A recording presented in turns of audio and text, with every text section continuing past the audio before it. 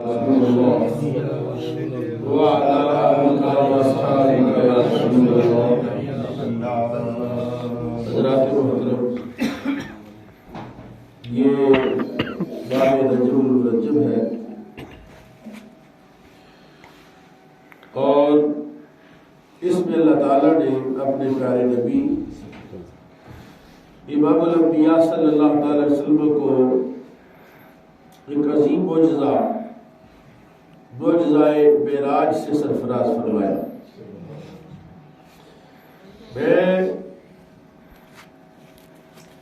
معجزہ معراج سے پہلے کے حالات کہ کن حالات میں اللہ تعالیٰ نے رسول پاک صلی اللہ علیہ وسلم کو یہ انعام عطا فرمایا اس پہ بات کروں گا. سبحان اللہ. نبی کریم صلی اللہ تعالی علیہ وسلم کی نبوت کے 10 سال ہو گئے تھے تو یہ جو 10واں سال ہے نبوت کا، اعلان نبوت کو 10 سال گزرے تو اس سال کو عام الحزن کہا جاتا ہے، غم کا سال. اور غم کیا تھے؟ ایک غم تو حضرت ابو طالب کا وصال تھا. حضرت ابو طالب جو 6 سال کی رسول پاک کی عمر سے لے کر حضور صلی اللہ علیہ وسلم کی کفالت کرتے رہے اور اسی دوران رسول اللہ نے اعلان نبوت فرمایا 40 سال کی عمر میں، اور 10 سال گزرے نبوت کے. حضرت ابو طالب کی وجہ سے رسول پاک صلی اللہ علیہ وسلم کو بے شمار فوائد حاصل تھے، میسر تھے. آپ کو ستایا نہیں جاتا تھا. حضرت ابو طالب کی حیا تھی، حضرت ابو طالب کی شرم تھی. وہ خاندان کے بھی بڑے تھے اور اہل مکہ کے بھی بڑے تھے. نبوت کے 10ویں سال ان کا انتقال ہو گیا اور ابھی 1 ہفتہ نہیں گزرا حضرت ابو طالب کے انتقال کو تو رسول اللہ کی زوجہ محترمہ ام المؤمنین سیدہ خدیجہ الکبریٰ رضی اللہ تعالیٰ عنہا کا بھی وصال ہو گیا.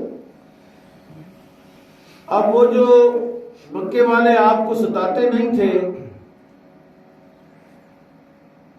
ابھی 2-4 دن گزرے ہیں کہ آپ صلی اللہ تعالی علیہ وسلم ایک رستے سے گزر رہے ہیں تو ایک شخص نے مٹی جو ہے وہ رسول اللہ کے سر انور پر ڈال دی.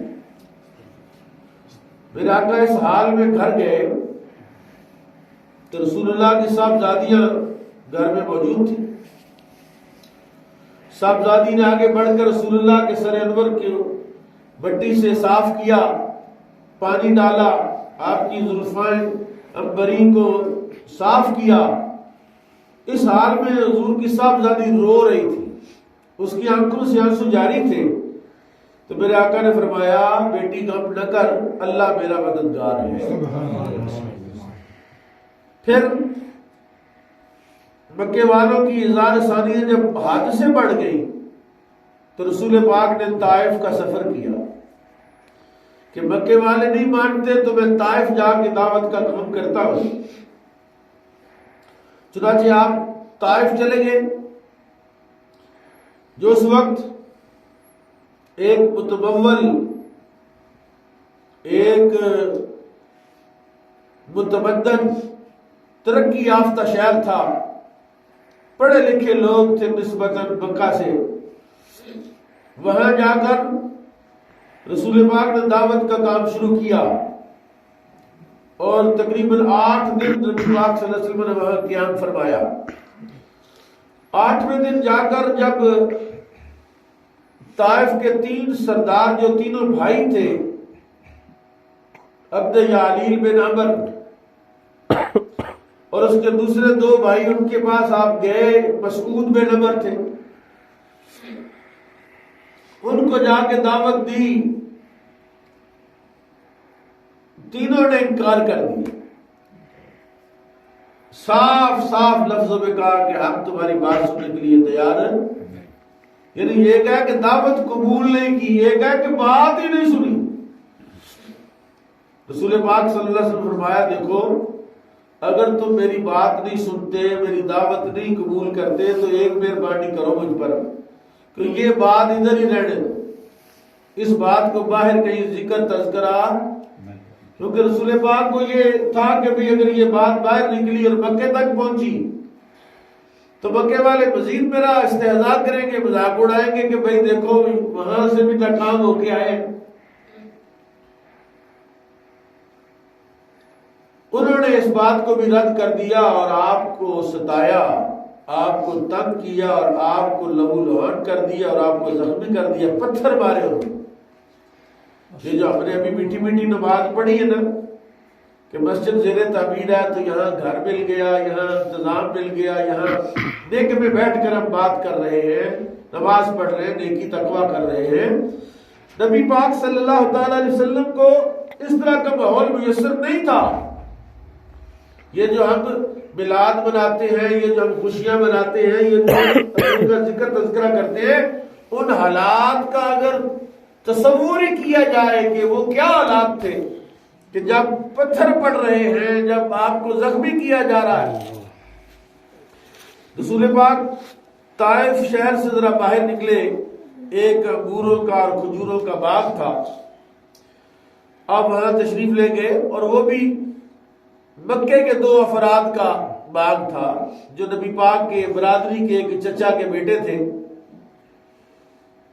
انہوں نے جب رسول اللہ کو دیکھا اس حالت میں تو ان کا دل بھی پسیج آیا، دل نرم ہوا کہ چلو یار انسانیت، ہماری آپس میں ناراضگی اور لڑائی ہے لیکن انسان ہونے کے ناطے آپ صلی اللہ علیہ وسلم ایک انگور کی بیل کے نیچے تشریف فرما ہوئے۔ انہوں نے اپنے غلام عداس کو کہا جاؤ یار ان کو جا کے نا ایک انگوروں کا گچھا پیش کرو۔ عداس آیا،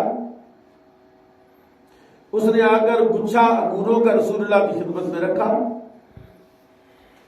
جب نبی پاک صلی اللہ علیہ وسلم نے اس گچھے سے ایک انگور توڑا اور پڑھا بسم اللہ الرحمن الرحیم اور اپنے منہ میں رکھا، عداس نے کہا کہ اس علاقے کے لوگ تو اس طرح کا کلام نہیں کرتے، آپ کون ہیں؟ آپ نے اس سے پوچھا کہ تو کس علاقے کا؟ اس نے کہا میں نیدوا کے علاقے کا ہوں۔ اچھا، آپ صلی اللہ علیہ وسلم نے فرمایا پھر تو حضرت یونس بن متی کے علاقے کا ہے، وہ میرے بھائی تھے، نبی تھے۔ اس نے کہا حضور وہ آپ نینوا کے علاقے کے یونس بن متی کا ذکر کرتے ہیں، وہ تو نینوا کے لوگ بھی ان کو نہیں جانتے تھے، چند لوگ ان کو جانتے تھے، آپ کو اتنے سینکڑوں میل کے فاصلے پر آپ ان کا نام لے رہے ہیں؟ فرمایا وہ بھی نبی تھے اور میں بھی نبی ہوں۔ جب یہ بات رسول اللہ صلی اللہ علیہ وسلم نے کی تو عداس اٹھا، اس نے رسول پاک کی پیشانی کا بوسہ دیا، پھر اس نے حضور کے ہاتھ چومے، پھر اس نے رسول اللہ کے پاؤں چومے اور اظہار محبت کیا۔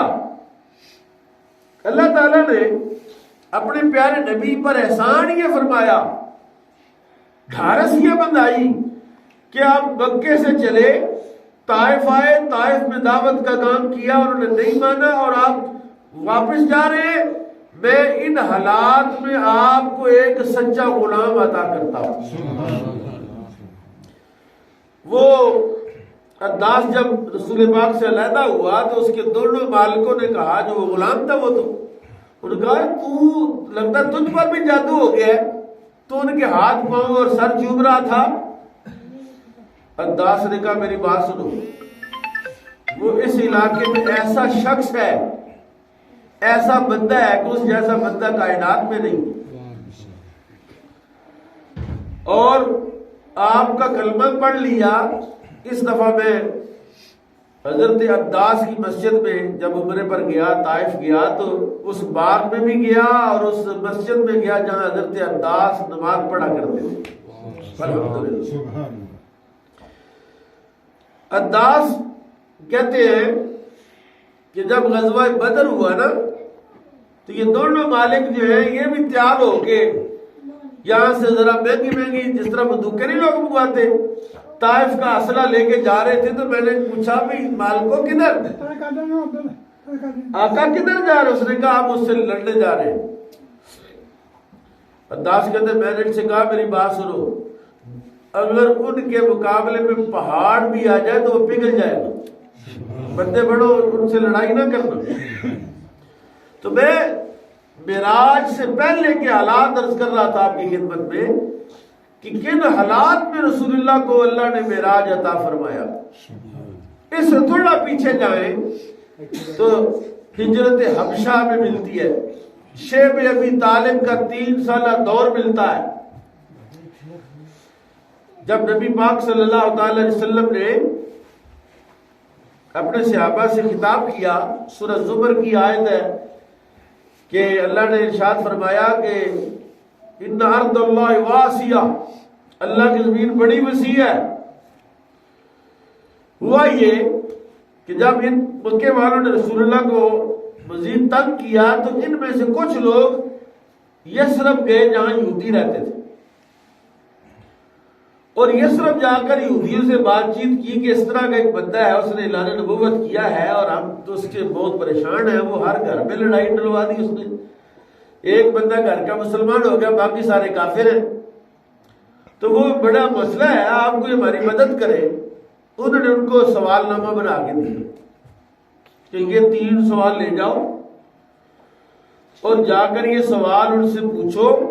اگر ان سوالوں کا صحیح جواب دے دیا تو سمجھو وہ اللہ کے نبی ہے، اور اگر صحیح جواب نہ دیا تو پھر وہ نبی نہیں. انہوں نے وہ سوال نامہ آ کے مکے میں حضور کے سامنے رکھا. اللہ نے سورہ کہف نازل فرمایا ان کے سوالوں کے جواب میں. اس میں اصحاب کہف کا ذکر ہوا کہ جس میں اللہ نے ارشاد فرمایا کہ بھئی وہ جو کافر تھے، مشرک تھے، ان کے دور میں یہ 5 یا 7 نوجوان اسلام لے آئے اور اللہ کی وحدانیت کا اقرار کیا، اور ان کو وہاں سے اپنا شہر اور اپنا علاقہ چھوڑنا پڑا.